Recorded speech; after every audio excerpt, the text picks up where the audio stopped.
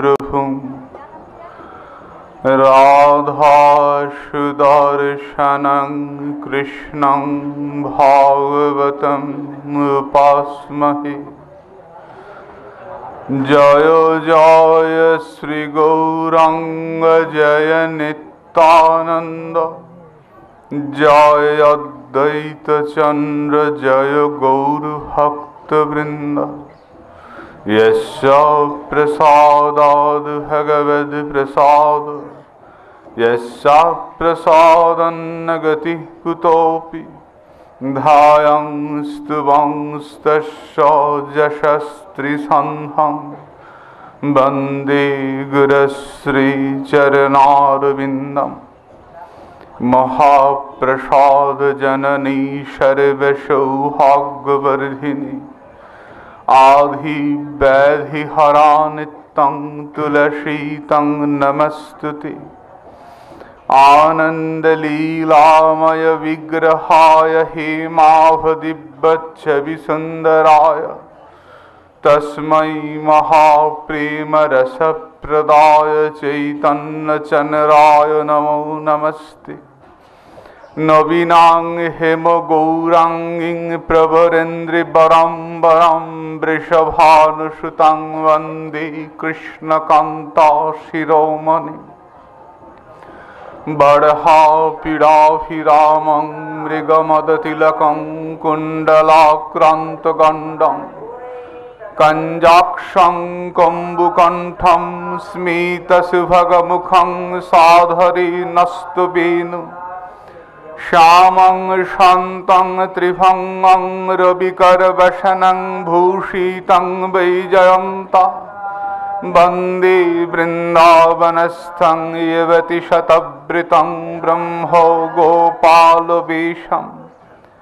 हे कृष्ण करुणा सिन्धु दीनबन्धु जगत्पते गोपेश गोपिका कान्त राधा कान्त नमस्तुते। वृन्दावनं गुरुं वन्दे कृष्णकमललोचनं राधा सुदर्शनं देवं राधा गोविन्द विग्रहं मम मानसतामसनाशकरं जय राधा सुदर्शन देहि पदम्। वंशाकल्पतरुभ्यश्च कृपा सिन्धुभ्य एव च पतितानां पावनेभ्यो वैष्णवेभ्यो नमो नमः। जय रूप सनातन भट्ट रघुनाथ श्रीजीव गोपाल भट्ट दास रघुनाथ। এই ছয় গোসাইর করি চরণ বন্দন যাহা হইতে বিঘ্ন নাশ অভীষ্ট পূরণ। সব শ্রোতা বৈষ্ণবের করি নমস্কার সবে পদধূলি দেহ মস্তকে আমার। হরে কৃষ্ণ কৃষ্ণ কৃষ্ণ হরে হরে हरे राम राम राम हरे हरे। निताई गौर सीतनाथ प्रेमानंद हरि हरि बोल। निताई गौर सीतनाथ प्रेमानंद हरि हरि बोल। निताई गौर सीतनाथ प्रेमानंद हरि हरि बोल।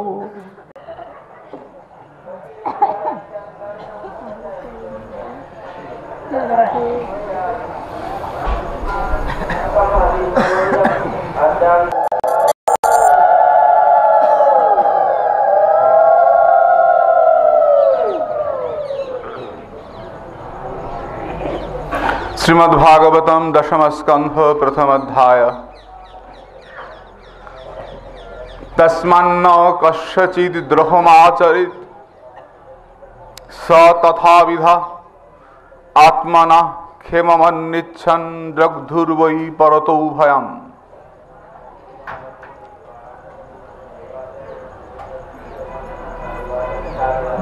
कंस महाराज তার ছোট বোন দেবকীকে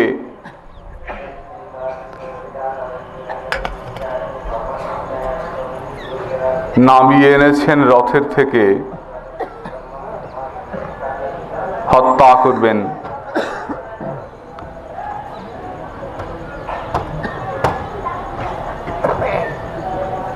বসুদেব সাম দান ভেদ দণ্ড কখনো সামনীতিতে, কখনো ভেদ নীতিতে পরিসান্তয়ন, সান্ত্বনা দিচ্ছেন।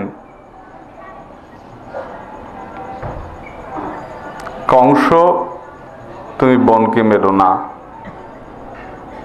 তুমি বিবেকী হও, তুমি ক্ষমাশীল হও, তুমি চতুর হও, তুমি বোনকে মেরো না। আলোচনা অগ্রসর হচ্ছেন। মহাজন প্রশ্ন করছেন যে বসুদেব কংসকে সান্ত্বনা দিচ্ছেন, তা আমাদের কি? এই যে 5-6 শ্লোকে খালি সান্ত্বনাই চলছে। তুমি মেরো না, তুমি ভালো হও, তুমি বিবেকী হও, তুমি বুদ্ধিমান হও, পরলোকের ভয় করো, ইহলোকে যেন নিন্দা না হয়, তুমি স্থির হও। এই যে এক একটা করে শ্লোক আসছেন আর বসুদেব বলেই চলেছেন। তাহলে আমাদের কি? আমরা এত কিছু শুনতে যাবো কেন? কংসকে বলছেন। তোমরা শুনবে কেন জানো? আমরা এই সমস্ত বিবেকী হওয়ার উপদেশ, ধৈর্যশীল হওয়ার উপদেশ কেন শুনবো? আমরা তো কৃষ্ণ কথায় প্রবেশ করতে যাচ্ছি। এরপরে তো আসছেন মধুরাতি মধুর কৃষ্ণ কথা, কৃষ্ণ চরিত্র। কৃষ্ণ চরিত্র শ্রবণ করবার আগে আমাকে অবশ্যই বিবেকী হতে হবে, অবশ্যই সংযমী হতে হবে, অবশ্যই স্থিরমতি হতে হবে। কারণ শুকদেব এর আগে পরীক্ষিতকে বলেছেন যে পরীক্ষিত, তোমার মতি স্থির হয়েছে, কারণ মতি স্থির না হলে কেউ কৃষ্ণ কথা শুনতে আসে না। তোমার বুদ্ধি স্থির হয়েছে, হে রাজর্ষি সত্তম, সম্যক ব্যবস্থিতা বুদ্ধি। তোমার বুদ্ধি স্থির হয়েছে। মন চঞ্চল থাকলে হরি ভজন হয় না। আমরা যাচ্ছি সেই পরম মধুর কৃষ্ণ কথা শ্রবণ করবার দিকে অগ্রসর হচ্ছি। আমাদের অবশ্য প্রয়োজন আগে নিজেকে তৈরি করা, হরি ভজনের উপযোগী করে তোলা। তার জন্যই আমাদেরকে শুনতে হচ্ছে। বসুদেব বলছেন, হে কংস, তুমি দ্রোহ আচরণ করো না। কারণ পূর্ববর্তী শ্লোকে আমরা দেখেছি যে যখন মানুষের যাবার সময় হয়, মানুষ অভিনিবেশ বশত যে দেহের প্রতি আকৃষ্ট হয়, পরবর্তী জন্মে সে সেই দেহ প্রাপ্ত হয়। মরবার সময় যা চিন্তা করে সেটা পায়। তাহলে আমরা তো সারা জীবন অসংখ্য কর্ম করি, অসংখ্য বস্তুর প্রতি আকৃষ্ট হই। জীবনে কত কত উত্থান পতন, ভালো লাগা, দেওয়া নেওয়া, কত কিছু জীবনে আছে। তো এর মাঝখান থেকে কোনটার প্রতি আমরা মরবার সময় আকৃষ্ট হব? সেটা অজ্ঞাত, সেটা বলা যাবে না। কিন্তু তোমার কর্মফল বশত যে দেহের প্রতি তুমি আকৃষ্ট হবে, তুমি পরবর্তী জন্মে সেই দেহ লাভ করবে। কংস মহারাজ যেন বলছেন, ব্যাখ্যাকার ব্যাখ্যা করছেন যে তাহলে তো আমি পরবর্তী জন্মে রাজদেহ নাও পেতে পারি। এই জন্মে রাজা হয়েছি, পরের জন্মে আমি কোনো পশু হতে পারি, যে দেহের প্রতি আকৃষ্ট হব। তাহলে এই জন্মে যত বেশি বাঁচি ততই লাভ। রাজা হব, সুখে থাকবো, কত ভালো ভালো জামা কাপড় পরবো। পশু হলে তো সেগুলো পাবো না। তো এই জন্মে আমার বেশি বাঁচতে হবে। আর যদি বেশি বাঁচতে হয় তাহলে আমার বোনটাকে মারতে হবে, নয়তো বোনের ছেলে আমাকে মেরে দেবে। তাহলে বোনকে মারবো। বলে না কংস, তোমার একটা ভুল ধারণা হচ্ছে যে রাজদেহতেই বেশি সুখ অনুভব হয়, তা নয়। যে প্রাণী যে দেহতে থাকে সেই দেহতেই সে সুখী থাকে। তুমি সোনার পালঙ্কে ঘুমিয়ে সুখী, একটা কুকুর সে রাস্তায় ঘুমিয়েও সুখী। তুমি পুত্র উৎপাদন করছো, সন্তান সন্ততি প্রতিপালন করছো, তুমি সুখী। একটা কুকুরেরও বাচ্চা হয়, সেও কুকুর তার বাচ্চাকে আদর করে সুখী। তোমার ভয় হয়, তোমার বংশবৃদ্ধি হয়, তোমার ঘুম আছে, একটা কুকুরেরও তাই আছে। যে যে দেহতে থাকে সেই দেহতেই সে সম্পূর্ণ সুখী। এই সুখ যদি তোমার কপালে থাকে, তুমি যে দেহতেই থাকো না কেন, সুখ তোমার হবেই হবে। তার জন্য অন্যের শত্রুতা করার প্রয়োজন নাই। পুরাণান্তরে একটা ঘটনা আছে যে দেবর্ষি নারদ একদিন যাচ্ছেন, দেখছেন যে একটা বরাহ, একটা শুয়োর, সে ময়লা খাচ্ছে। তো নারদের খুব দুঃখ হচ্ছে, কষ্ট হচ্ছে, আহারে শুয়োরটা এমনি ময়লা খাচ্ছে। তিনি এগিয়ে গেলেন, গিয়ে বলছেন যে তুমি এত কষ্ট করে থাকো, এরকম ময়লা খাও, তুমি এক কাজ করো, আমার সঙ্গে চলো। বলে দেবর্ষি তোমার সঙ্গে কোথায় যাবো? স্বর্গে যাব। স্বর্গে গেলে কি হবে? বলে বিনি পয়সায় ভালো ভালো খাবার পাবো, কত নাচ গান দেখবো, কত ভালো থাকবো স্বর্গে। হ্যাঁ, আঙ্গুর ফল খাবো, বেদানা খাবো, সব কিছু পাও না তুমি? নর্দমার পাক ঘেটে ঘেটে খাও, বিষ্ঠা খাও, ইসলাম বিষ্ঠা ভোজি শুকর, চলো স্বর্গে চলো। শুকর বলছে বাহ, বেশ ভালো কথা তো দেবর্ষি। তো দাঁড়া, আমি শুকরীকে জিজ্ঞাসা করে আসি। শুকরীকে জিজ্ঞাসা করছে যে কি গো, যাবে স্বর্গে? দেবর্ষি বলছেন ভালো ভালো। শুকরী বলছে যে স্বর্গে যেতে আমার আপত্তি নাই, দেবর্ষি যখন বলছেন স্বর্গে যাব, কিন্তু ওখানে গিয়ে বিষ্ঠা পাবো তো? কেন বিষ্ঠা? কেন? আমার বিষ্ঠায় যেমন স্বাদ হয়, অন্য বস্তুতে সেই রকম স্বাদ হয় না। এই বিষ্ঠা যেখানে আছে আমি সেখানে যাবো, নাহলে যাবো না। মহাজন বলছেন দেখলে তো, তুমি মিষ্টি খেয়ে পরমান্ন গ্রহণ করে তোমার আনন্দ, এটা শুকরের বিষ্ঠাকেও সেই একই আনন্দ, সে একই সুখ, একই সুখ হচ্ছে। কাজেই আমি রাজদেহতে সুখ পাবো, অন্য দেহতে সুখ পাবো না, এটা মনে করাটা ঠিক নয়। তার জন্য কারো শত্রুতা করা উচিত নয়। তুমি শত্রুতা করলে যদি আমার সুখ হয় করব, বলে হ্যাঁ করবে বটে, কিন্তু যার শত্রুতা করবে সে তো তোমার শত্রু হয়ে থাকবে, সে তো তোমাকে সুযোগ খুঁজবে, যখন সুযোগ পাবে তোমাকে হত্যা করবে। তুমি যেমন তাকে কষ্ট দিচ্ছ, তুমি নিশ্চিত জেনে রেখো সেও এমনি করে তোমাকে কষ্ট দেবে।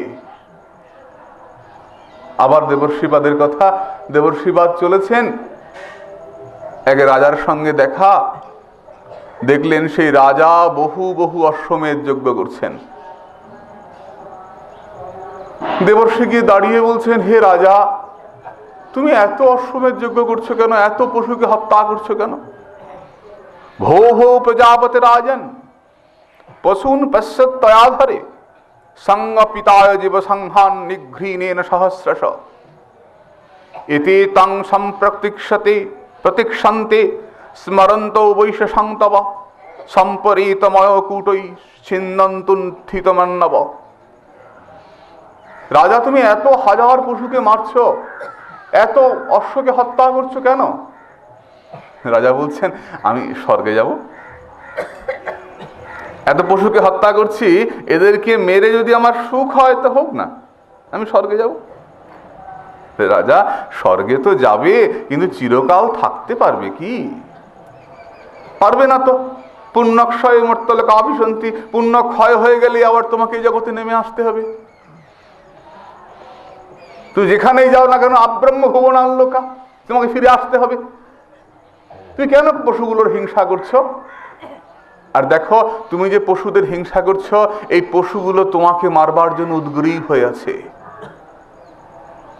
রাজা বলে, কই দেখতে পাচ্ছি না তো, মেরে ফেলছি, আবার কোথায় উদ্গ্রীব হয়ে আছে? মরেই তো যাচ্ছে ওরা।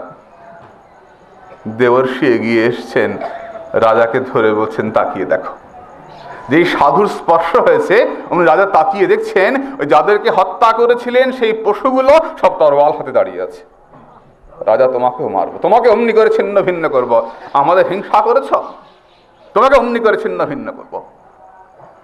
রাজা ভয় পেয়ে গেছেন, দেবর্ষির চরণে পড়ে বলছেন, সাধু তুমি আমায় রক্ষা করো, আমি তো ভুল করে ফেলেছি, আমি তো অন্যায় করে ফেলেছি, নিজের সুখের জন্য চিন্তা করে আমি তো অনেক অন্যায় করেছি। সাধু তুমি রক্ষা করো। ন জানাবি মহাভাগা পরং কর্মাপ বিদ্ধি বিদ্ধতি ব্রুহি মে বিমলং জ্ঞানং যেন মুচ্যতে কর্মভি মুচ্যয়ে কর্মভি গৃহেষু কূটধর্মেষু পুত্রদারধরা ধনার্থধি ন পরং বিন্দতে মূঢ় ব্রাহ্মণ সংসার বর্তনসু।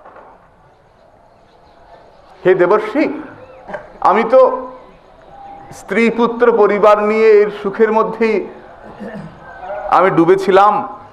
আমার গৃহ, আমার পুত্র, আমার স্ত্রী, আমার ধন, এই ধর্ম অর্থ কাম মোক্ষ এইসব নিয়ে আমি মত্ত হয়েছিলাম। আমার তো শুদ্ধ জ্ঞান হয় নাই, আমি জানি না কি করে মঙ্গল হতে পারে। ন জানামি মহাভাগ, আমি জানি না হে ভাগ্যবান, হে মহাভাগ দেবর্ষি নারদ, ব্রহিমে বিমলং জ্ঞানং যে না মুচ্চয় কর্মভি, আমার জন্য এই সমস্ত অসৎ কর্ম চলে যায়। আপনি কৃপা করে আমাকে সেই বিমল জ্ঞান দান করুন, আমি যেন সৎ কর্ম করতে পারি, আমার জন্য অসৎ কর্ম চলে যায়, এই সামান্য সুখের বাসনা যেন আমার চলে যায়। দেবর্ষি নারদ তাকে গল্প করতে আরম্ভ করলেন। প্রাচীন বর্হি রাজা গল্প করতে আরম্ভ করলেন যে দেখো রাজা, আমি তোমাকে একটা গল্প বলি। একজন রাজা ছিলেন, সংক্ষেপে শোনো। সেই রাজা তিনি শিকার করতে গেছেন বনের মধ্যে। শিকার করতে গিয়ে বনের মধ্যে তিনি খুব সুন্দর একটা পুরী দেখতে পেলেন, অনেকগুলো দরজা। তিনি দেখতে পেলেন সেই পুরীর মধ্যে এক সুন্দরী রমণী বসে আছে। রাজা সেই রমণীকে দেখলেন, রমণী রাজাকে দেখলেন, দুজনকে ভালো লেগে গেল, দুজনকে বিয়ে করে ফেললেন, সংসার করতে আরম্ভ করলেন। দিব্যি আনন্দে আছেন দুজনে, বেশ ছেলেপুলেও হলো। দেখতে দেখতে কখন সময় চলে গেল বলতেই পারেন না। হঠাৎ এক যবন রাজা আক্রমণ করলেন। কতজন সৈন্য নিয়ে? 360 জন সৈন্য নিয়ে আক্রমণ করলেন। তার সঙ্গে এক কন্যা, সেই কন্যাকে সঙ্গে নিয়ে আক্রমণ করলেন। মুহূর্তের মধ্যে সেই রাজপুরী বিধ্বস্ত হয়ে গেল। সেই যবনরাজ এসে সেই পুরঞ্জন রাজাকে ধরে নিয়ে চলে গেলেন। পুরঞ্জন রাজা মারা গেলেন, রাজপুরী বিধ্বস্ত হলো। প্রাচীন বর্হি রাজা বলছেন, খুব সংক্ষেপে বললাম, প্রাচীন বর্হি রাজা বলছেন আমি তো ঠিক বুঝতে পারলাম না। রাজা এলেন, রাজপুরীতে প্রবেশ করলেন, কন্যার সঙ্গে দেখা হলো, দুজনের বিয়ে হলো, ছেলেপুলে হলো, দিব্যি শিকার করছেন, সবাই মিলে আনন্দে আছেন। এমন সময় অন্য রাজা এলেন সৈন্য সঙ্গে নিয়ে, সঙ্গে একটা মেয়ে ছিল, আক্রমণ করে নিয়ে গেলেন। এই রাজপুরী বিধ্বস্ত হয়ে গেল। বুঝতে পারলাম না তো। বুঝতে পারলে না? ওই যে রাজা, তিনি কে? জীবাত্মা। আমরা এসছি রাজপুরীতে। রাজপুরীটা কি? এই দেহটা। এই দেহর মধ্যে, এই দেহর মধ্যে প্রবেশ করেছি। একটা মেয়ের সঙ্গে দেখা হলো, বুদ্ধির সঙ্গে দেখা হলো, দিব্যি সংসার করছি। এই পুরীতে 9টা দরজা, নবদ্বার, 11 ইন্দ্রিয়, 11 জন সেনাপতি। দিব্যি রাজপুরীর মধ্যে ঢুকে সংসার করছি, দিব্যি আনন্দে আছি, মনে করছি না জানি আমি কত সুখে আছি, আমি কত ভালো আছি। কিন্তু দেখতে দেখতে কখন সময় চলে গেল বলতে পারি না। ওই যে মেয়েটা সঙ্গে এসেছিল রাজার, যে রাজা আক্রমণ করলেন, মেয়েটা কে? জরা। কখন দেখতে দেখতে বৃদ্ধ হয়ে গেলাম বলতেই পারি না। দিব্যি ভালো ছিলাম, হঠাৎ করে দেখলাম বৃদ্ধ হয়ে গেছি, মাথার চুল পেকে গেছে, গায়ের চামড়া কুঁচকে গেছে। কখন বুড়ো হয়ে গেছি বলতেই পারি না। সংসার করতে করতে, এই স্ত্রী পুত্র পরিপালন করতে করতে, সংসারের ঘানি টানতে টানতে কখন বুড়ো হয়ে গেছি। জরা এসে আক্রমণ করলো, জরাগ্রস্ত হয়ে গেলাম। তারপর হঠাৎ করে একদিন মৃত্যুর কবলে পতিত হলাম। এই কি হবে আমাদের গতি? এমনি করে সংসারের আবর্তনে ঘুরতে ঘুরতে এমনি করে শেষ হয়ে যাব? না রাজা, এর জন্য আমরা আসি নাই। তুমি এই সমস্ত কর্ম বাদ দাও, পরহিংসা বাদ দাও, যতটুকু বাঁচো সৎ কর্ম করো, সৎ উপায়ে জীবন যাপন করো, অবশ্যই তোমার মঙ্গল সাধিত হবে। প্রাচীন মহিরাজা দেবশ্রীর চরণে পড়লেন, ক্ষমা ভিক্ষা করলেন, ভজন করতে আরম্ভ করলেন।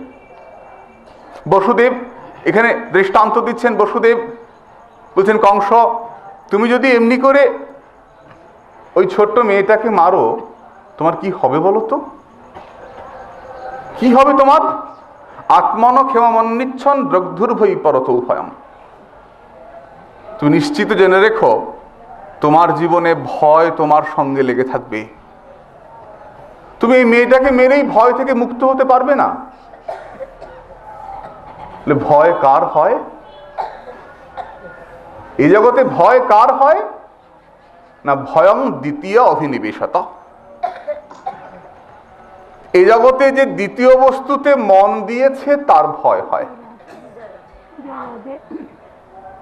দ্বিতীয় বস্তুতে মনোনিবেশকারী ভগবৎ বিমুখ ব্যক্তির ভয় জন্মায়। দ্বিতীয় বস্তু থাকলে প্রথম বস্তু একটা আছে, প্রথম না হলে দ্বিতীয় হতে পারে না। বলে হ্যাঁ, তা তো আছেই। বলে প্রথম বস্তুটা কি? আনন্দ। প্রথম বস্তুটি আনন্দ। আমরা প্রতিটি মানুষ, আমরা প্রতিটি জীব আনন্দের পেছনে ঘুরে বেড়াই। কোথায় গেলে আনন্দ পাবো? এই যে আমরা সবাই এখানে এসেছি, কেন এসেছি? আনন্দ পাবো বলেই তো এসেছি। প্রত্যেকটি মানুষ আমরা আনন্দের পেছনে ঘুরে বেড়াই। শুধু মানুষ নয় গো, প্রতিটি জীব আনন্দের পেছনে ঘুরে বেড়ায়। একটা কুকুর ঘুরে বেড়াচ্ছে কেন? আনন্দ পাবে তাই ঘুরে বেড়াচ্ছে। একটা লতা গাছ পেঁচিয়ে ওপরে উঠছে কেন? না, ওপরে উঠলে সরাসরি জল পাবে, বৃষ্টি পাবে, সূর্যের আলোক পাবে, বহুদিন বেঁচে থাকবে, তাই লতাটা ওপরে উঠছে। আনন্দ পাবে বলে বেড়ে উঠছে। আমরা প্রতিটি জীব আনন্দের অনুসন্ধান করি। কোথায় গেলে আনন্দ, কোথায় গেলে আনন্দ, কোথায় গেলে আনন্দ। কিন্তু কি জানো, যেই মাত্র এই দ্বিতীয় বস্তু অর্থাৎ এই সংসারে আমরা মন দিয়ে দিই, অমনি কি হয় বলে, আনন্দ পাওয়ার জন্য যে সংসারে মন দেই, অমনি সঙ্গে সঙ্গে আমাদের ভয় আমাদেরকে চেপে ধরে। চতুর্দিক থেকে আমাদের ভয় আমাদেরকে চেপে ধরে। তো কোথায় ভয়? আমি তো দিব্যি আনন্দে আছি, কত দামি দামি জিনিসপত্র আছে, আমার কত টাকা পয়সা আছে, কত ভোগ করছি। মহাজন বলছেন, মনে রেখো, ভোগে রোগ ভয়ম। ভোগ করছো, এর পেছনে একটা ভয় আছে। কি? অত্যধিক ভোগ করলে তোমার রোগ হবে। তুমি যদি শুদ্ধ আহার গ্রহণ না করো, সাত্বিক আহার গ্রহণ না করো, অত্যধিক ভোগের বস্তু গ্রহণ করো, তাহলে কি হবে? ভোগে রোগ ভয়ম। অত্যধিক ভোগ করলে তোমার রোগ হবে। আমি তো বড় বংশে জন্মেছি, সবাই আমাকে মানে, কত বড় বংশের ছেলে আমি, আমার আবার ভয় কিসের? বড় বংশে জন্মেছ, কুলে চ্যুতি ভয়ম। যে কোনো মুহূর্তে পড়ে যাওয়ার সম্ভাবনা আছে। অনেক অর্থ আছে তোমার, আমার প্রচুর টাকা আছে, আমার আবার ভয় কি আছে? কুলে চ্যুতি ভয়ম। থাকলেই যাবার ভয় আছে। আজকে আছে, কালকে তোমার নাও থাকতে পারে। তাই ভগবান শঙ্করাচার্য বলছেন না, মা কুরু ধনজন যৌবন গর্বম হরতি নিমেষাদ কাল সর্বম। ধন জন যৌবনের গর্ব করিও না, এই মহাকাল নিমেষের মধ্যে তোমার সমস্ত কিছু হরণ করতে পারেন। আজকে তোমার আছে, কালকে তোমার নাও থাকতে পারে। বন্ধু, কিসের অহংকার তোমার? তাহলে কি করব? ভজ গোবিন্দম ভজ গোবিন্দম ভজ গোবিন্দম মূঢ়মতে। যাকে ভজ না করলে ভয় চলে যাবে। ভজ হুরে মন শ্রীনন্দনন্দন অভয় চরণ অরবিন্দরে। সেই অভয় চরণ শ্রী গোবিন্দের ভজ না করো, যা করলে ভয় তোমাকে স্পর্শ করবে না। অর্থে নিপলাদ ভয়ম। অর্থ থাকলে যাওয়ার ভয়, কুল থাকলে চ্যুতির ভয়, ভোগ থাকলে রোগের ভয়। এমনি প্রতি মুহূর্তে ভয় তোমাকে তাড়া করে বেড়াচ্ছে। এ সংসারে মানুষ সুখের জন্য কর্ম করে, পরিবর্তে তার কেবল দুঃখই হয়। এই জগতে যতগুলো ভালোবাসার স্থান ততগুলো দুঃখের স্থান। যেখানে যেখানে ভালোবাসা পাবে সংসারে, ভালোবাসবে, জেনে রাখবে সেখান থেকে তোমার জন্য দুঃখ অপেক্ষা করে আছে। তাই যদি ভালোবাসতে হয় এ সংসারের কাউকে নয়, ভালোবাসতে হয় আমার নিতাই গৌর চরণের ভালোবাসো। নিতাই গৌর চরণে পাদপদ্মে প্রণত হও, তোমার ভয় থাকবে না বন্ধু। আর যদি তা না করো, দ্বিতীয় বস্তুতে মন দেবার সঙ্গে সঙ্গে তোমার ভয় জন্মাবে। ভয়ং দ্বিতীয় অগ্নিবেশত। যেদিন মনটা সরিয়ে এসে সংসারে দেবে, অমনি তোমার ভয় হবে। দ্বিতীয় বস্তু বলে প্রথম বস্তু কি? প্রথম থাকলে দ্বিতীয় হয়। প্রথমটা কি? প্রথমটা আনন্দ। বলে সংসারেও তো আনন্দ আছে। আছে কিরকম আনন্দ? কণ্ডুয়ন বধ। এই সংসারে আনন্দ নাই তা তো বলবো না, আনন্দ আছে সংসারে। বাড়ি করলে আনন্দ হয়, গাড়ি করলে আনন্দ হয়, ছেলে হলে আনন্দ হয়, ছেলের বিয়ে দিলে আনন্দ হয়, নাতি নাতকুড় হলে আনন্দ হয়। আনন্দ তো আছে না? আনন্দ না হলে আর গাথাগুন্ডে এসেও বাড়িতে বারবার ফোন করবো কেন? আমার নিজের কথা বলি, একটা করে দিন যায় না। ভালো আছোস পটু? ভালো আছোস? খাওয়া দাওয়া ঠিক মতো করিস? সব ঠিক আছে তো? অসুবিধা নাই তো? এসছি রাধাগুন্ডে, বারবারই বাড়িতে পটুকে ফোন করছি, বল্টু কেমন আছে, পটু কেমন আছে? তো বাড়িতে তো আনন্দ আছে একটা কিছু, না হলে বারবার ফোন করতে যাবো কেন? তোর আনন্দ তো আছেই। হ্যাঁ আছে আনন্দ বটেই, তবে আনন্দটা কিরকম? কণ্ডুয়ন বধ, চর্মরোগের মতো। চর্মরোগে যখন প্রথম নখ দিয়ে আমি চুলকাচ্ছি তখন বেশ আনন্দ হয়, চুলকাতে খুব আনন্দ লাগে, চোখ বন্ধ করে চুলকাচ্ছি। তারপরে যেই রক্ত বেরিয়ে গেল, পুরি বাবারই ওষুধ লাগা, শিগগিরি ওষুধ লাগা, শিগগিরি ওষুধ লাগা। তারপরে আনন্দ নাই। যে রক্ত বেরিয়ে গেল, কষ্ট হচ্ছে, তখন আর কিসের আনন্দ? পুরি বাবারই ওষুধ লাগা। প্রথম তো ছেলে বিয়ে দিলাম, খুব আনন্দ, আমি সোজা করি বলি, বুঝলে না? আমার তো পাণ্ডিত্য টাণ্ডিত্য নাই, তো সোজা করি। শোনো, প্রথম ছেলে বিয়ে দিলাম, বেশ আনন্দ। বউ আসলো ঘরে, কি আনন্দ, কি সুন্দর বউ হইছে, কি সুন্দর মা বললা ডাকে। 6 মাস গেল না, কেমন আছেন? যা কইেন না, কি মুখ ঝামটা দেয়, তাকায় দেয় না আমার দিকে। কোথায় আনন্দ তোমাদের? কোথায় আনন্দ? অপূর্ব দেহেন্দ্রীয় সংযোগে ও সংসার। যেটা তোমার নয় সেটাকে তোমার বলে মনে করছো, তাই তুমি সংসারী। ওই পোলার বউ তোমার নয়, ওই নাতি নাতকুর তোমার নয়। বারবার আঙ্গুল দেখিয়ে দেখাচ্ছেন তোমার ছিল না, তোমার থাকবে না। অপূর্ব দেহেন্দ্রীয় সংযোগ হইব সংসার, মাত্র যোগ হয়েছে, তোমার থাকবে না। আমার কি? আমার একমাত্র গোবিন্দ, গোবিন্দ চরণ, আর কেউ নয় আমার। যেই মাত্র তুমি আমার বলে মনে করবে, আচার্য বলছেন তোমার কষ্ট তোমাকে স্পর্শ করবে, তোমার ভয় হবে, ভয় তোমাকে ছাড়বে না, তোমাকে তাড়না করে বেড়াবে। তেলি জগতে আনন্দ কণ্ডুয়ন বধ, এই আছে, পর মুহূর্তে নাই, শেষ হয়ে যায়। তার আনন্দ কোথায় পাবো? আনন্দ পেলে কি হয়? বলে আনন্দ পেলে তোমার ভয় চলে যাবে। আনন্দং ব্রহ্মণো বিদ্যান ন বিভীতি কুতশ্চন। যে আনন্দকে লাভ করে তার ভয় থাকে না। ন বিভীতি কুতশ্চন, তার ভয় থাকে না। আনন্দ কি করে পাওয়া যায়? রসং যেভায়ং লব্ধা আনন্দী ভবতি। তুমি রস লাভ করো, রস পেলে তুমি আনন্দ পাবে, রসের আস্বাদন করো। রস কাকে বলে? পুরাণের ঋষি বললেন রস বৈষ। রস সে কে? আর কিছু বললেন না। আমরা খুঁজে বেড়াচ্ছি কোথায় রস পাওয়া যায়, কোথায় আনন্দ পাওয়া যায়। আনন্দ না পেলে তো বাঁচি না। আনন্দের সন্ধান করে চলেছি, রসের সন্ধান করে চলেছি, চলতে চলতে তাকিয়ে দেখলাম গঙ্গা তীরে এক ন্যাংটো সাধু দাঁড়িয়ে আছেন, দাঁড়িয়ে বলছেন, এসো আমার কাছে রস আছে, এসো এসো। তোমার রসের নাম কি গো? না, আমার রসের নাম ভাগবত রস। এসো পিবত ভাগবতং রসমালয়ম মুহুরহ রসিকা ভুবি ভাবুকা। এসো রস পান করো, তোমার ভয় থাকবে না, তোমার আনন্দ হবে। এসো ভাগবত রস পান করো। তোমার এই ভাগবত রস কিভাবে পান করব? পাত্র কোথায়? পাত্র তো তোমার কাছেই রয়েছে। যখন ভাগবত পরিবেশিত হবেন তখন কান পেতে ধরো আর মন দিয়ে পান করো। এসো ভাগবত রস পান করো, তোমার আনন্দ হবে, ভয় চলে যাবে। কখন পান করব?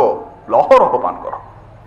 যে মুহূর্তে তোমার মনে হবে যে সংসারে আমি থাকবো না, পরের শত্রুতা করেও আমার কোনো লাভ নাই, আমাকে যেতে হবে, অতিথিরে তুই পান্থশালায়, ঘর বদলে ফেরার পালায়, কেউ হবে না পথের সাথী, বিনে অঙ্গে তিলক মালা, মন রে ওই মালা তিলক অঙ্গে দিয়ে সাজরে তুই আপন ভোলা।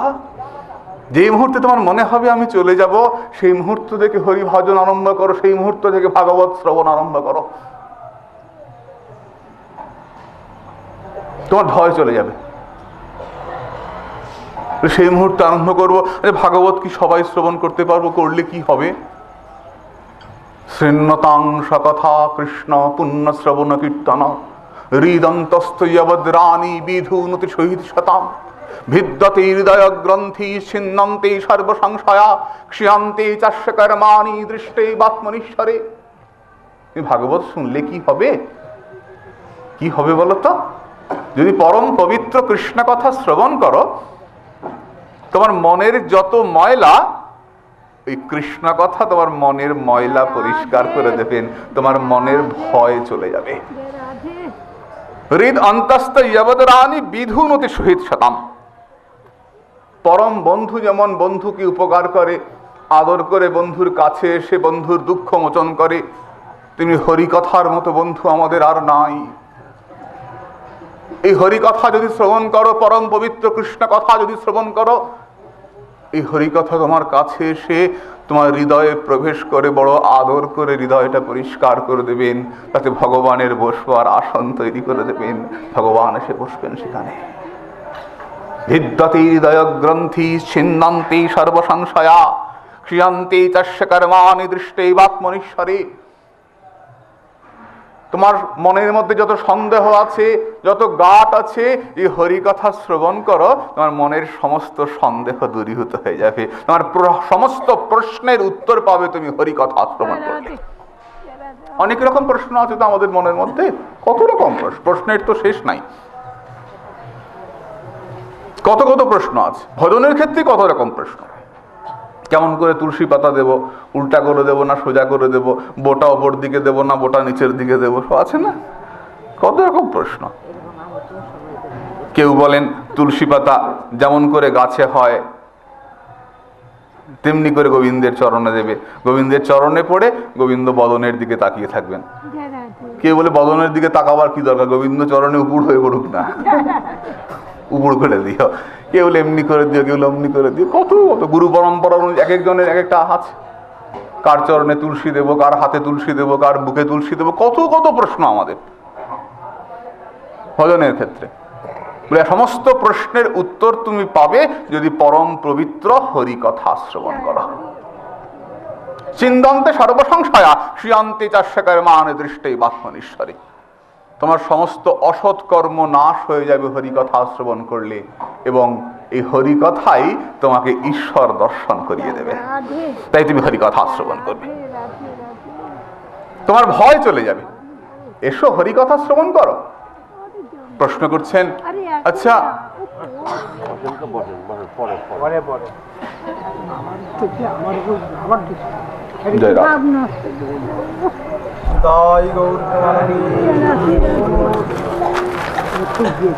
হরে কৃষ্ণ। আচ্ছা এই যে ভয় যাবে হরিকথা শুনলে, তাই পরের শত্রুতা করতে না করছেন, শত্রুতা করো না, মনকে স্থির করো, হরিকথা শোনো, কৃষ্ণ কথা শোনো। তা যে ভাগবত কি সবাই শুনতে পারবেন? না। কারা শুনবেন? রসিকা ভুবি ভাবুকা। যারা রসিক তারা শুনবেন, যারা ভাবুক তারা শুনবেন, সকলের জন্য নয়। রসিক কাকে বলে? যে রস আস্বাদন করে। রস কখন আস্বাদন হয়? রসং যেবায়ং লব্ধ আনন্দী ভবতি। রস লাভ হলে আনন্দ হয়, রস কখন আস্বাদন হয়? কি রসের কথা! আহা, রসের আমি কি বুঝি? কি সুন্দর লীলা কীর্তন হইতাছে, কি কীর্তন হইতাছে, খুব রস। কি বুঝি রসের আমি? বতিত্ব ভাবনাবর্ত যশ চমৎকৃতি ভারবু হৃদি সত্যজ্জলে বারং সদতি সরসমতঃ। যাহা ভাবনা পথকে অতিক্রম করিয়া যায় এমন যা সাধন, যা আগে কখনো ভাবতেই পারি নাই, ভাবনার অতীত। চিত্তে চমৎকার আসে, নেত্র বিস্ফারিত হয়, আরে বাপরে বাপ কি শুনলাম, আহা কি আস্বাদন। নেত্র বিস্ফারিত হয়, চিত্তে চমৎকার হয়, ভাবনা পথকে অতিক্রম করে যায়। কখন? হৃদয়ে সত্যগুণের উদ্রেক হলে পরে রসের আস্বাদন হয়। হৃদি সত্যজ্জলে বারং সদতে সরসমতা। সত্যগুণের উদ্রেক হলে রসের আস্বাদন হয়। তমগুণের মধ্যে ডুবে আছি, কথায় কথায় রাগ হয়ে যায়, ক্রোধের প্রকাশ হয়ে যায়। তামসিক আহার গ্রহণ করে চলেছি, অখাদ্য কুখাদ্য খেয়ে চলেছি, অমেধ্য বস্তু গ্রহণ করে চলেছি। তমগুণ রজগুণের মধ্যে ডুবে আছি, আমি কিনা রসের আস্বাদন করব? এত সহজে রসের আস্বাদন হবে? হৃদয়ে সত্যগুণের উদ্রেক না হলে সেই ভাবনা আস্বাদন আসে না, সেই রসের আস্বাদন আসে না। আর রসের পরিপক্ক অবস্থার নাম ভাব। রস যখন আরো গাঢ়তা প্রাপ্ত হয় তখন ভাবে পরিণত হয়। তো রসের আস্বাদন কি আমার মতো অধমের পক্ষে হওয়া সম্ভব? সম্ভব নয়। আমার তো ভাবই নাই, শুধু অভাব, শুধু অভাব, শুধু নাই নাই নাই। টাকা নাই, পয়সা নাই, গাড়ি নাই, গয়না নাই, খালি এই সংসারের মধ্যেই তো আছে, অভাবের মধ্যেই পড়ে আছে। আমার আবার ভাব আসবে করতে, মন মসৃণ হবে কি করে? যে ভাবের উদয় হবে। তাহলে উপায়? আমি তো রসিকও নই, আমি তো ভাবুকও নই। মনের মধ্যে তমগুণ কামনা বাসনা কিলবিল করছে। আমি তো রসিকও নই, আমি তো ভাবুকও নই। তাহলে আমি কি ভাগবত শুনতে পারবো না? আমি কি চিরকাল পতিতি থেকে যাব? আমার কি কোনো গতি হবে না? আমার কি চিরকাল ওই ভয় আমাকে তাড়া করে বেড়াবে? আমি কি কিছুতেই এগোতে পারবো না? বলে পারবে। রসিক আর ভাবুক কারা গো? কারা? আবার সাধুগুরু বৈষ্ণব, তারাই রসিক, তারাই ভাবুক। মহাত্মারাই রসিক, তারাই ভাবুক। তাহলে গোস্বামীপাদ কাদের নেমন্তন্ন করছেন? পিবত ভাগবতং রসমালাম, এসো ভাগবতের রস পান করো, কৃষ্ণ কথা শ্রবণ করো। কারা করবে? সকলে নয়। হে সাধুগুরু বৈষ্ণব এসো, হে সাধু সমাজ এসো, তোমরা ভাগবতের রস আস্বাদন করো। তোমাদের জন্য ভাগবত, হে সাধুগণ ভাগবত আস্বাদন করো। সাধুদের জন্য ভাগবত, তা আমি তো সাধু নই, আমি তাহলে শুনবো না? একটু আশা আছে। কি আশা বলতো? কোন মঠে নেমন্তন্ন চিঠি এসছে, এটা খাম এসছে, নেমন্তন্ন চিঠি, মহাপ্রসাদের নেমন্তন্ন। খামের ওপরে কার নাম লেখা? আশ্রমের যিনি মহন্ত তার নাম লেখা, মাননীয় অমুক। মহন্তের নামে একটা চিঠি এলো। যখন প্রসাদ পেতে যাচ্ছেন মহন্ত, দেখা যাচ্ছে আশ্রমের সবাই সঙ্গে যাচ্ছে। সবাই যাচ্ছে কেন? চিঠিটা তো মহন্তের নামে এসছে, সবাই যাচ্ছে কেন? বাইরে মহন্তের নাম লেখা ঠিকই, ভেতরে লেখা সবান্ধবে আসিবেন। কার্ডের ভেতরে লেখা সবান্ধবে আসিবেন, আপনি একা আসবেন না, আপনার যারা অনুগত জন সবাইকে নিয়ে আসবেন। তাই মহন্ত যখন যাচ্ছেন সঙ্গে করে সকলকে নিয়ে যাচ্ছেন। তেমনি শুকদেব গোস্বামী চরণ আনন্দ আস্বাদন করবার জন্যে, রস আস্বাদন করবার জন্যে ডাকছেন সাধু সমাজকে। হে সাধু সমাজ এসো, ভাগবত রস আস্বাদন করো। ওপরে সাধু সমাজের নাম বলা হচ্ছে, আর ভেতরে ইঙ্গিতে বলা হচ্ছে, হে সাধুগণ, হে বৈষ্ণবগণ, তোমরা যখন ভাগবত আস্বাদন করতে আসবে, একা এসো না। ওই যারা সাধু চরণ আশ্রয় করে আছে, যারা গুরুপাদবদ্ধ আশ্রয় করেছে, যারা বৈষ্ণব চরণ আশ্রয় করেছে, ওই চরণ আশ্রিতদের সঙ্গে করে কৃপা করে রসরাজ্যে প্রবেশ করিয়ে দিও, তারা যেন বঞ্চিত না হয়। এই ভাগবত শুনবেন সাধুরা, মহাত্মাগণ ভাগবত শ্রবণ করবেন। আমার মতো অধম আমরা কি করব? সেই সাধুগুরু বৈষ্ণবের চরণাশ্রয় করে জয় গুরুদেবের জয় বলে প্রবেশ করব সেই ভাগবতের জগতে। আমরা তাদের আনুগত্যে ভাগবত শ্রবণ করব। যদি ভয় তাড়াতে হয়, তোমাকে দ্রোহ আচরণ থেকে মুক্ত হতে হবে, তোমাকে ভাগবত শ্রবণ করতে হবে, ভাগবত শ্রবণ করতে হবে। তাই বসুদেব বলছেন, হে কংস, তুমি যা করছো তদ বিপরীতং পরদ্রোহন্তু ন গুর্জাত, তোমার এই পরদ্রোহ করা উচিত নয়। কারণ সাধন করতে করতে তুমি যদি সৎ সঙ্গ করো, হরি ভজন করো, তাহলে কি হবে? হরি ভজন করতে করতে তোমার এই দেহের প্রতি তোমার একটা অনাসক্তি আসবে। তুমি বুঝতে পারবে যে আমি থাকবো না। এখন তো মনে হচ্ছে এটা আমার দেহ, আমি থাকবো, আমি অনন্তকাল থাকবো, আমি চিরকাল থাকবো। কিন্তু এই হরি ভজন করতে করতে তোমার একটা ধারণা আসবে যে না, এটা আমার দেহ নয়, আমি থাকবো না, আমি থাকবো না, আমি চলে যাব। বলে সবার হতে পারে? হতে পারে। প্রথম বস্তু আনন্দ, প্রথম লক্ষ্য বস্তু আনন্দ, এবং সেই আনন্দের মূরতি শ্রী গোবিন্দ। আনন্দ লীলাময় বিগ্রহায় হেমাব দিব্যচ্ছবি সুন্দরায় তস্মৈ মহাপ্রেমরস প্রদায় চৈতন্য চন্দ্রায় নমো নমস্তে। সেই আনন্দ মূরতি মহাপ্রভুর ভজন যারা করবেন, আনন্দ সমুদ্র মহাপ্রভুর চরণে যারা নিজেকে নিবেদন করবেন, তাদের আনন্দই থাকবে, তাদেরকে ভয় স্পর্শ করবে না। সকলের হতে পারে? হতে পারে, সকলের হতে পারে। তাহলে সবার যদি হতে পারে, তাহলে এটাও আমরা দেখেছি যে অনেকে ভজন করছেন কিন্তু কষ্ট তাদেরকে তাড়া করে বেড়াচ্ছে, হয় না? আমরা বলি যে এত ভজন করে লোকটা এমন কষ্ট পাচ্ছে, আরে ছেলেটা মরে গেল, আরে মেয়েটা মরে গেল, এত ভজন করছে এত কষ্ট পাচ্ছে, ইস দেখা যায় না, কেন এত কষ্ট পাচ্ছে কেন? তোমরা মনে করো বটে সে কষ্ট পাচ্ছে, সাধুকে জিজ্ঞাসা করে দেখো, বলবে আমার মোটেই কষ্ট নাই, আমি আনন্দে আছি। এটা তো আমার দেহ নয়, আমার যা কষ্ট হচ্ছে দেহের কষ্ট হচ্ছে, আমার মনকে স্পর্শ করতে পারছে না। কেন?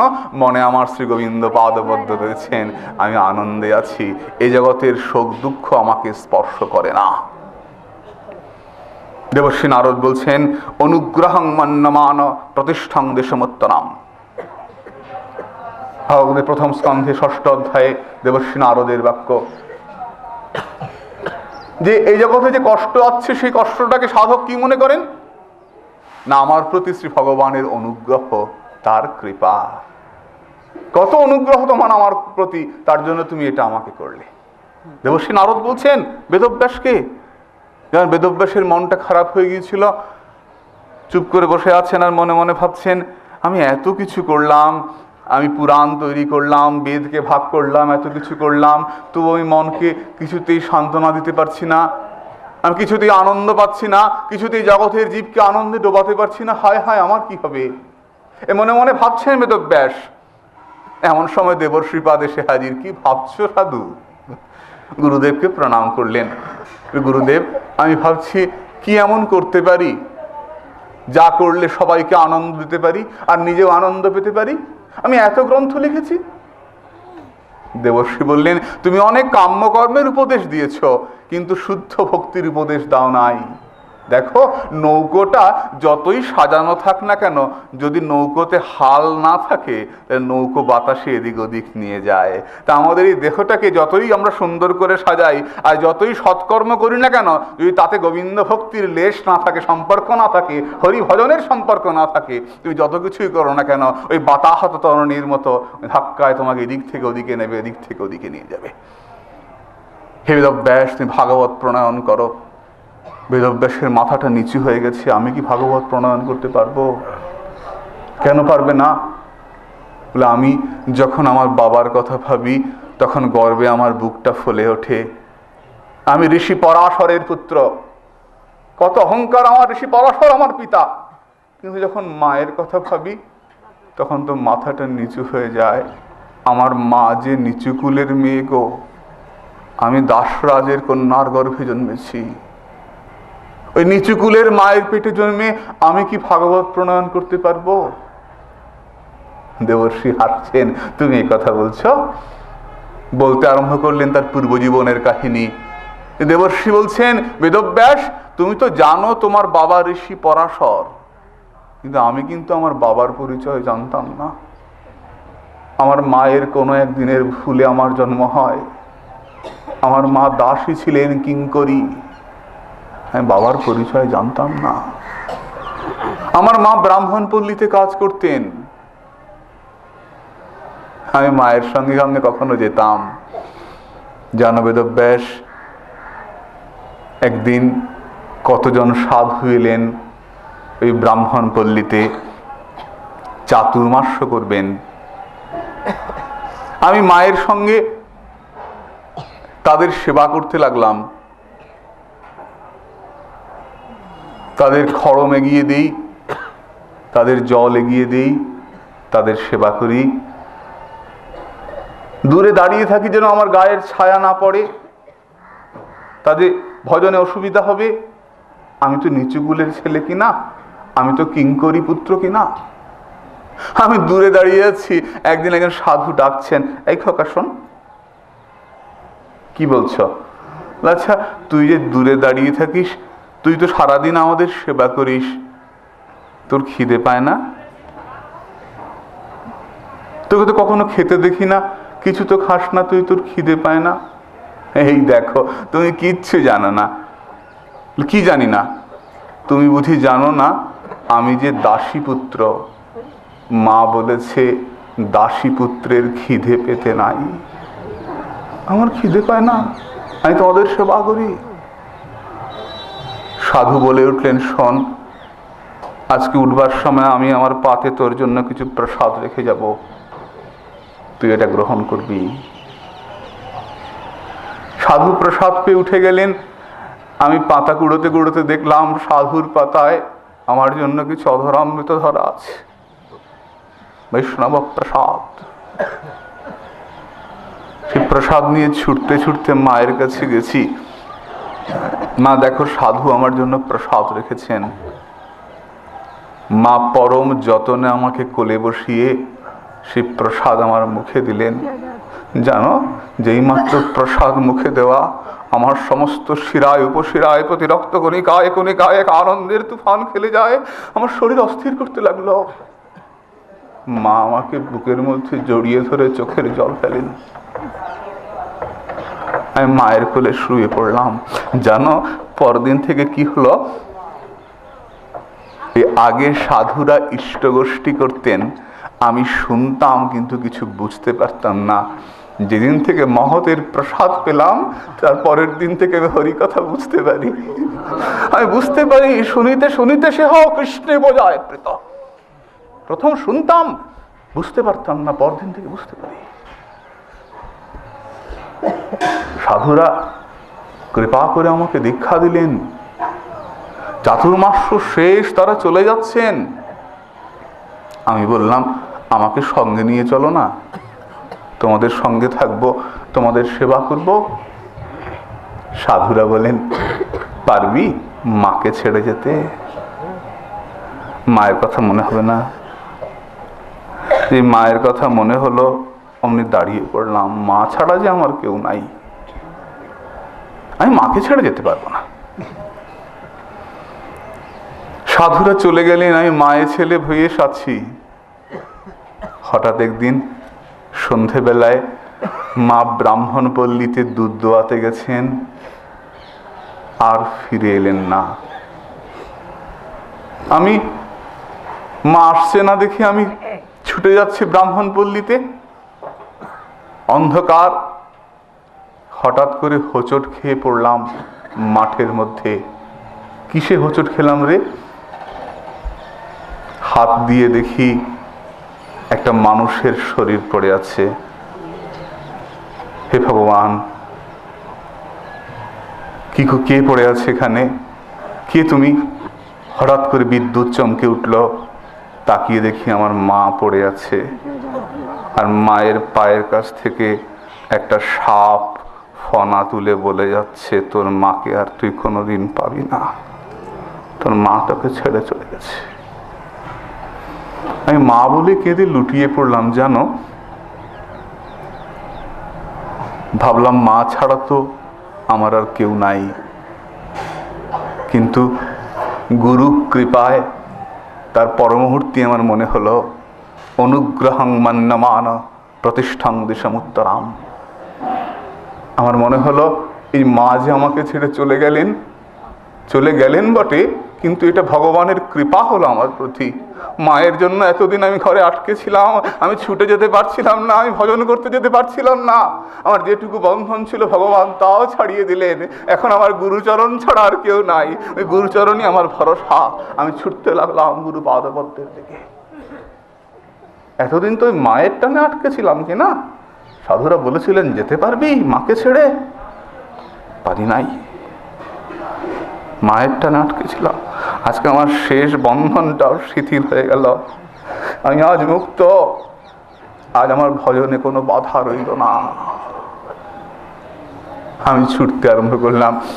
ছুটতে ছুটতে গভীর বনের মধ্যে দিয়ে চলেছি। কত সাপ, কত বাঘ, কত পেঁচা চিৎকার করে ডেকে উঠছে, চমকে যাচ্ছে। পেঁচা ডাকছে, বাঘ ডাকছে, সাপ ডাকছে, ছুটে চলছি। কিন্তু আমার যাওয়ার পথে কেউ বাধা সৃষ্টি করছে না। কেন? আমি তো গুরু পাদপদ্মের দিকে যাচ্ছি গো, আমি তো হরিভজনের দিকে যাচ্ছি, কেউ বাধা সৃষ্টি করছে না। আমি চলতে চলতে একটা পুকুরের পাড়ে গেলাম, দিঘির পাড়ে জল পান করে তপস্যা করতে আরম্ভ করলাম। স্থির হয়ে তপস্যা করছি, ভগবানের অনুগ্রহ বলে মানলাম। আমি কখনো ভগবানকে বললাম না যে ভগবান আমি তোমার ভজন করতে চাই, তুমি আমায় কেন এত কষ্ট দিলে, কেন আমার মাটা মরল, কেন আমার সংসার ছাড়া হলাম। মানলাম না, আমি এটা অনুগ্রহ বলেই মানলাম, কৃপা বলেই মানলাম। আমি ভজন করতে থাকলাম। হঠাৎ একদিন ভগবানের রূপ দর্শন হলো, একবার মাত্র। দর্শন হওয়ার সঙ্গে সঙ্গে আবার হারিয়ে গেলেন ভগবান। আমি পাগল হয়ে উঠলাম, কোথায় পাবো তোমাকে। দৈববাণী হলো, হে পুত্র, তুমি এই জন্মে আমাকে আর দেখতে পাবে না।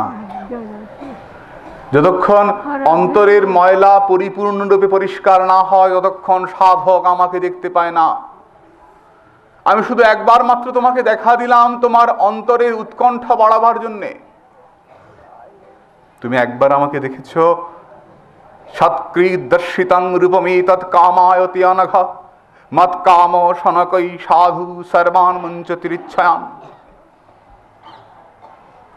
তুমি একবার দেখেছো, তোমার মনের উৎকণ্ঠা বৃদ্ধি হবে। আমি কি তোমাকে পাবো? তোমাকে একবার দেখলাম আর পাবো না? আমার এমন কি ভজন যোগ্যতা আছে যে আমি তোমাকে পাবো? তুমি যদি অন্য কিছু না করো তবু তোমার হৃদয়টা পরিষ্কার হয়ে গেছে। তোমার হৃদয় আগেই পরিষ্কার হয়েছে। কি করে পরিষ্কার হলো? তুমি যে আমার ভক্তদের সেবা করেছো 4 মাস, ওই সাধু সেবা করেছ, ওই সাধু সেবাতেই তোমার অন্তর পরিষ্কার হয়েছে। সৎ সেবয়া দীর্ঘয়াপি তে জাতাময়ী দৃঢ়ামতি হিত্বাবদ্ধ মিয়ং শ্লোকং গন্তামজ্জনতামসি। তুমি আমার প্রতি দৃষ্টি রেখে তুমি অগ্রসর হও, তুমি আমাকেই প্রাপ্ত হবে। এই সাধু সেবায় তোমার মনের মলিনতা দূর হয়েছে, তাই তোমাকে আমি একবার দর্শন দিলাম। কিন্তু মানুষের অন্তরে যতক্ষণ ময়লা থাকে ততক্ষণ আমি দর্শন দিই না। তোমার অন্তরটা পরিষ্কার হয়েছে বলে দর্শন দিলাম। এবার আর পাবে না, এবার আমার নাম করতে থাকো। আমি নাম করতে থাকলাম। গাং পর্যটং তুষ্টমনা গতস্পৃহ কালং প্রতীক্ষণ বিমদ বিমৎসর। আমি চতুর্দিকে ঘুরতে লাগলাম। নামান্য নামান্য অনন্তস্য তত্রব পঠন গুজ্জানি ভদ্রানি কৃতানি চ স্মরণ। এই ভগবানের নাম গুণগান করতে লাগলাম লজ্জা ছেড়ে। আমি তো জেনেই গেছি আমি পাবো। সে গুরুদেব তো আমার কানে সিদ্ধ মন্ত্র প্রদান করেছেন, আমার তো জানাই হয়ে গেছে আমি পাবো। আমার আর কিসের ভয়? আমি আর কারে বা ডরি? আমার প্রভু বংশীধারী, আমি আর কারে বা ডরি? আমারও ভয় কি আছে গো? আমি বংশীধারীর ভজন না করি, আমি হরি ভজন করি, আমার ভয় নাই। আমি ঘুরতে লাগলাম। গাং পর্যটন তুষ্টমনা, আমার কোনো লালসা নাই, কোনো ক্ষোভ নাই। কৃষ্ণ ভক্ত নিষ্কাম অতএব শান্ত, আমার মনে কোনো অশান্তিও নাই। আর পাওয়ার কিছু নাই, তবে মূল পাওয়ার জায়গাটা জেনে গেছি তো। আমি খুব খুশি মনে ঘুরতে লাগলাম এবং প্রতীক্ষা করতে লাগলাম। গতস্পৃহ কালং প্রতীক্ষানা বিমদ বিমুৎসর, আমি প্রতীক্ষা করতে লাগলাম কবে সেই মহাকালের সময় আসবে, কবে আমার এই দেহটা পাত হবে, আমি সেখানে পৌঁছে যাব। জানো, দেখতে দেখতে আমার সেই শুভ সময় উপস্থিত। কালের গতিতে সেই সময় উপস্থিত হলো। এই ভগবানের নাম গুণগান করতে করতে আমার এই পাঞ্চভৌতিক দেহ পতিত হয়ে গেল। আমি দেখছি আমার দেহটা পড়ে আছে, আমি দাঁড়িয়ে আছি, আমি দেখছি আমার দেহটা পড়ে আছে। এই পাঞ্চভৌতিক দেহটা পতিত হয়ে গেল। প্রারব্ধ কর্ম ফলের শেষে কর্মক্ষয় হয়ে গেল, যেটুকু বাকি ছিল সব শেষ হয়ে গেল এবং পাঞ্চভৌতিক দেহটা পড়ে রয়েছে। আমি দাঁড়িয়ে আছি, দেখতে দেখতে আমি ব্রহ্মার মানস পুত্র হয়ে গেলাম, ভগবত দাস হয়ে গেলাম। এখন আমার কোনো ভয় নাই, আমি গোবিন্দ নাম করে বেড়াই। তার উপর কি জানো তো, তার উপর আমার উপর একটা অভিসম্পাদ আছে। দেবর্ষী বলছেন যে আমি এক জায়গাতে বেশিক্ষণ পারবো না। দক্ষ অভিসম্পাদ করেছেন যে নারদ, তুমি থাকলেই গোলমাল পাকাও, ছেলেগুলোকে সাধু বানিয়ে দিচ্ছ, তুমি থাকতে পারবে না এক জায়গাতেও বেশিক্ষণ। আমার ওপর অভিশাপ আছে। আমি মনে করি এটা আমার ওপর অভিশাপ নয়, এটা আমার ওপর আশীর্বাদ। আমি দেশে দেশে বেড়াবো আর গৌরনীতাই গুণ গাইব, গোবিন্দ গুণ গাইব, ওই জগৎবাসীকে গোবিন্দ নাম করাবো, এটা আমার ওপর আশীর্বাদ। আমার দুঃখ নাই। এই জগতে ভজন করতে গেলে যদি বা কোনো দুঃখ আসে, মহাজন বলছেন এটাকে দুঃখ বলে মানবে না, মনে করবে এটা ভগবানের অনুগ্রহ আমার প্রতি। ভগবান কৃপা করে যেটুকু বন্ধন ছিল আমাকে ছাড়িয়ে দিয়েছেন। আমি এখন হরি ভজন করে তাকে প্রাপ্ত হব, আমার ভয় থাকবে না। হে কংস, তুমি মনকে স্থির করো। কংসকে বলছেন মনকে স্থির করো, আর আমাদেরকে বলছেন তোমরাও মন স্থির করো। সামনেই তো হরি কথা শুনতে হবে কি না, কৃষ্ণ কথায় প্রবেশ হবে কি না। মনকে স্থির করো, পরদ্রোহ করো না, অন্যায় করো না, স্নিগ্ধ হও, ভজন করতে প্রস্তুত হও। আমাদেরকে ভজন করতে হবে। আজ এই পর্যন্ত থাক, আগামীকালের পর থেকে আমরা আলোচনা করব। নিতাই গৌর সীতানাথ প্রেমানন্দে হরি হরি বল। নিতাই গৌর সীতানাথ প্রেমানন্দে হরি হরি বল। নিতাই গৌর সীতানাথ প্রেমানন্দে হরি হরি বল।